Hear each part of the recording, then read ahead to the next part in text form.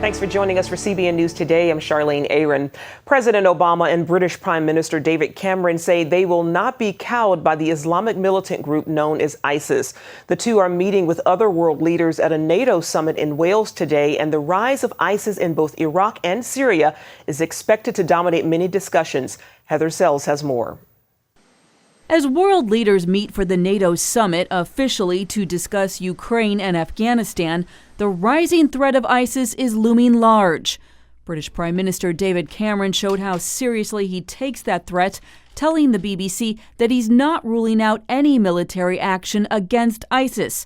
And he says defeating the Islamic State won't be easy. We have to take a long-term, tough, intelligent, patient view of this. We're going to have to squeeze it out of existence. It's going to take time. Here at home, leaders on both sides of the aisle are signaling their willingness to work with the president on what is considered a major threat both abroad and at home. But they want the president to come up with a plan of action. I hope the president will come up with a plan and submit it to Congress next week. And I think there's highly likely that we're going to be interested in supporting him. He needs to remind everybody that this is not just some Middle Eastern dispute here. These are people who want to kill us here at home. We'll either fight them now or we'll fight them later, because they're not going to stop. The White House has not ruled out airstrikes against ISIS in Syria, and Cameron has said that he's interested in joining a nearly month-long U.S. airstrike campaign in Iraq. Both Cameron and Obama appear to suggest that NATO should play a role in containing ISIS, but more specifics are not yet clear. What is clear is a heightened sense of urgency among world leaders and a belief that a united front is needed. In the Middle East, the United Arab Emirates has called for a coordinated international effort. It's also clear that ISIS is growing stronger in its quest to create a caliphate territory in the Mideast and systematically kill any who resist. President Obama has said that ISIS will pay the price for the deaths of American journalists James Foley and Steven Sotloff. Family and friends remembered Sotloff last night at a vigil in Florida. He was no war junkie. He merely wanted to give voice to those who had none. It's now become well known that the 31-year-old freelancer was an Israeli citizen, but that Israel kept his Jewish faith and citizenship a secret out of concern for his safety. The U.S. is analyzing the video of Sotloff's death for clues to find his killers and other U.S. and Western hostages. They're honing in on the Syrian city of Raqqa, where the U.S. believes ISIS killed both Foley and Sotloff. The U.S. and other world leaders are also working to identify citizens from their own countries that ISIS may have lured in to fight and then return home to launch attacks. Heather Sells, CBN News. The other major issue at the NATO summit is protecting Eastern Europe. Poland, Latvia, Lithuania, and Estonia are concerned about Russia's incursion in Ukraine. Those countries were dominated by the former Soviet Union throughout much of the 20th century. Now they want NATO to put permanent bases with troops on their land to guard against further Russian aggression. The U.S. and Western European nations reject that plan. They cite a previous NATO agreement with Russia not to put substantial combat forces in Central and Eastern Europe. They're working on a plan to form a rapid reaction force to counter any Russian moves against NATO members in the region. A federal judge in Louisiana has upheld the state's marriage amendment, saying that states have the right to define marriage. It's the first federal court victory for traditional marriage in more than a year. In his ruling, U.S. District Judge Martin Feldman said same-sex marriage advocates failed to prove that the amendment violates equal protection or due process provisions in the Constitution. The amendment upholds marriage as a union between one man and one woman. Louisiana voters adopted it by a statewide vote of 78% back in 2004. And Kelly Fiordick is with the Alliance Defending Freedom. She joins us now from our D.C. bureau. Kelly, this is the first federal court victory for traditional marriage in over a year. How big a deal is it for traditional marriage supporters? This is a great decision because a federal court has actually agreed with what the U.S. Supreme Court has already said about marriage, that it's the state's rights, it's the states have the authority to affirm marriage as one man and one woman. So this decision is consistent with what the U.S. Supreme Court has already said, and this is a true victory for the people of Louisiana who went to the ballot box and affirmed marriage as the union of one man and one woman. Why did this judge in Louisiana uphold Louisiana's marriage amendment when so many other federal judges have not? Well, he actually interpreted Windsor consistently with what the U.S. Supreme Court has said, that is within the state's authority to define marriage, that's their freedom, that the people have the constitutional right to vote and to discuss issues as important and as impactful on society as marriage. So this is a great decision because this judge agreed with what the Supreme Court has already said about marriage. Now, is it possible that other federal judges will take note of this case and be encouraged to rule in a similar fashion? Well, that would be a wonderful thing because this is consistent with the U.S. Constitution. This is consistent with the state constitutions. The Constitution allows the people to go to the ballot box and to affirm what marriage is. Now, ultimately, where is this debate headed? Do you still see the Supreme Court deciding it in the next couple of years? Absolutely. There are currently 3 cases that are pending before the U.S. Supreme Court, and we will likely know this fall which case or cases the Supreme Court will take, and we will likely get a decision on it as early as next June. And if the Supreme Court is consistent with what it's already said about marriage, it will agree with this federal court decision and affirm the people's authority, the people's right to affirm marriage as one man and one woman. All right, Kelly Fedoruk, thanks for joining us. We appreciate your insights. Thanks for having me. Global health officials are warning the window for bringing Ebola under control is closing fast. The World Health Organization reports nearly 2,000 people have died from the Ebola outbreak in West Africa, surpassing all previous outbreaks combined. New estimates indicate it could take more than $600 million to control the epidemic. Meanwhile, a third American missionary is infected with Ebola. All 3 contracted the virus at the same hospital in Liberia. Lori Johnson tells us about this latest victim. She also sat down with one of the survivors who's now speaking out about her brush with death. 51-year-old Dr. Rick Sacra was working for SIM treating obstetrics patients, not Ebola victims, when he tested positive for the virus. SIM is headquartered in Charlotte, North Carolina. They operate Christian hospitals around the world, including the West African nation of Liberia, an area hardest hit by the Ebola outbreak. Despite that danger, Dr. Sacra put himself in harm's way after he learned his 2 co-workers, Dr. Kent Brantley and Nancy Wrightbull, contracted Ebola and therefore left a void in the hospital. Rick and his family are currently living in the Boston area in the U.S. Rick travels back and forth to Liberia, and he volunteered just a month ago when Dr. Brantley and Nancy were tested positive to Ebola. Rick called and said, "I'm ready to go." Dr. Sacra is being treated in Liberia and is said to be in good spirits and talking on the phone to his family in Boston. Right now, there are no plans to bring him back to the United States for treatment. There are also no plans to give him the experimental drug ZMapp, because there is reportedly none left. However, ZMapp was given to Nancy Wrightbull, who for the first time spoke publicly since recovering from Ebola. The question is usually asked, what do you think saved you? Was it the ZMapp drug? Was it the supportive care?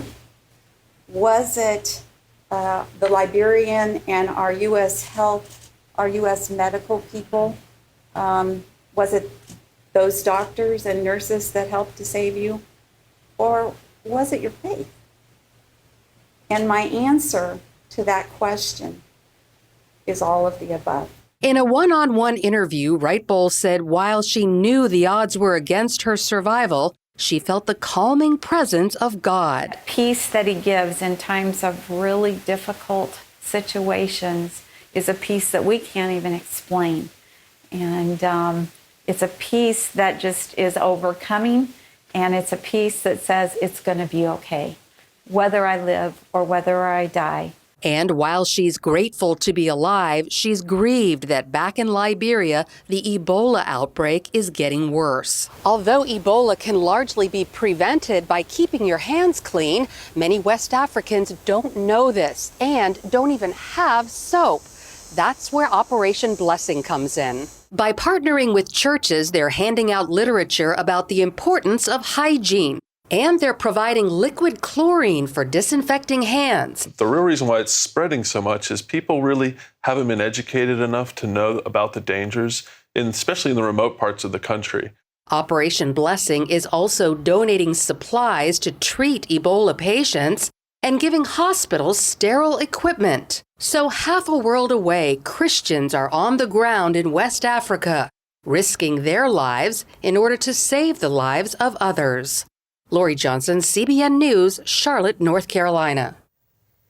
The U.S. Department of Justice is planning a wide-ranging investigation into the Ferguson Police Department. The probe comes after the shooting last month of Michael Brown, an unarmed black man, by a white police officer in the St. Louis suburb.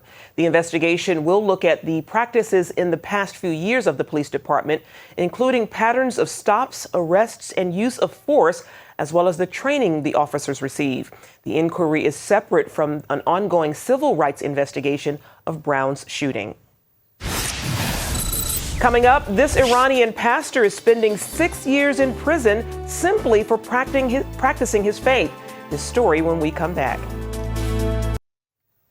The terrorist group al-Qaeda announced it has expanded into India. 3 Indian states with high Muslim populations are on alert after al-Qaeda leader Ayman al-Zawahiri made the claim in a new video this week. Zawahiri said the group will bring Islamic law to the subcontinent and, quote, wage jihad against its enemies. Analysts say Zawahiri's message might be directed more at fellow jihadists trying to prove al-Qaeda is still relevant after being overshadowed by the successes of the ISIS group in Iraq and Syria. Pope Francis is pledging his support for persecuted Christians in Iraq. On Wednesday, he said Iraq's Christians are, quote, heart of the church and the world's Catholics are proud of them. He also said the Catholic Church is like a mother that will defend her defenseless and persecuted children. His comments were translated into Arabic. ISIS militants have driven tens of thousands of Christians from their homes and towns in northern Iraq. The Pope has also said the international community is justified in using force to stop the ISIS army. Iranian Christian pastor Farshid Fatih is spending his 35th birthday in prison. He was arrested in December of 2010 simply for faith in Christ, and later was sentenced to 6 years in prison. David Youngnazar is with Elam Ministries, a group that supports the persecuted church in Iran. Recently, CBN's George Thomas spoke with David about Pastor Farshid's situation. You got news recently that that Pastor Farshid was moved to one of the most brutal prisons in Iran. Quickly tell us the update on that. In August, he was moved from Evin prison, where he's been all that time, to another prison, which is actually for where common criminals are held. And so his situation has become much more dangerous, and he's in a more difficult situation than he was before. Why was he arrested and put in prison in the first place? Basically, the government didn't want him to continue his Christian ministry, and so has arrested him. They actually said and charged him with activities against the government. They put a political slant on it, but really he has absolutely no political agenda whatsoever. He's simply a man who knows Jesus, who loves the Lord, and who wants to serve him. And to my understanding, Christians are allowed to practice their faith in Iran, and in fact, it's against international law to imprison someone just because of their faith. Is that correct? Well, actually, the Iranian constitution supposedly gives freedom to Iranian Christians or Iranians to practice their faith. But in reality, we have seen over the last several years in particular, but even throughout the 1990s, any Christian who is truly practicing their faith, and in particular wanting to share about Jesus, is persecuted very strongly. How is Pastor Farshid's health? Earlier this year, he was attacked in prison. His foot was broken, his toe was broken. He was denied medical attention, and It took a long time till he was in great pain, and after several requests, and finally he was given attention, and not adequate attention at that. Thankfully, his foot is better. Currently, we're not sure of his condition right now, but before his transfer, he was in decent condition. But again, it's up and down. And when they face health concerns, there's absolutely no guarantee that they'll get the medical treatment that they need. And I'm sure that he is enduring tremendous persecution, but yet still continues to hold on to his faith in Jesus Christ, correct? Farshid has written some beautiful letters from prison. They're available online that you can go and see. Beautiful letters which really describe his faith, his deep faith and his love for the Lord and his willingness to suffer even in the midst of this because of his love for the Lord. David Yegnazar of Elam Ministries, tremendous stuff that you are doing on behalf of persecuted believers in Iran. David, as always, sir, a pleasure to have you on the broadcast. Thank you very much. It's been great to be with you. Up next, a job that requires long hours and hard labor, and the workers wouldn't have it any other way. See what it takes to put food on your table. Next. Young Americans today are growing up with high technology, computers, the internet, and so much more. But some of them are turning back to an old occupation, farming. And as Heather Sells reports, their methods could change the very foods we eat. The U.S. needs to recruit new farmers, and fast. With an average age of 57, farmers are aging out, just as the world's food needs are growing. By 2050, the population will be about 9 billion people. One answer may lie here on Polyface Farm in Virginia. At midday, farmer Daniel Salatin gives his interns a lesson in haymaking. Throughout the afternoon, they'll take turns loading bales on the tractor and then into the barn. It's hard work, but it's gratifying work, and you're exhausted by the end of the day, but you're just so happy to be with everybody and fellowship and work together. Believe it or not, hundreds of young people apply every year for the opportunity to intern here at the Salatin Farm. Their reward, the ability to learn the latest in sustainable farming. I think that pendulum is beginning to swing around now to where young people are beginning to realize, just sitting in a Dilbert cubicle working for the man in a Fortune 500 company doesn't do it for me. I want to touch what I've made. Salatin attracts internship seekers from around the country and turns away hundreds each year. Many wannabe farmers have read at least one of his dozen books, respect his sustainable methods, and envy his $1 million operation. Tim Rohr fled his California desk job to learn from Salatin, who he calls the Steve Jobs of agriculture. Being here, I don't know, there's been many days we've worked so far that haven't been less than 12 hours a day yet. I'm up and ready to go the next day, and it's just because there's a passion for doing it. I believe in it. Part of that passion is driven by a desire to help fix our country's unhealthy eating problem.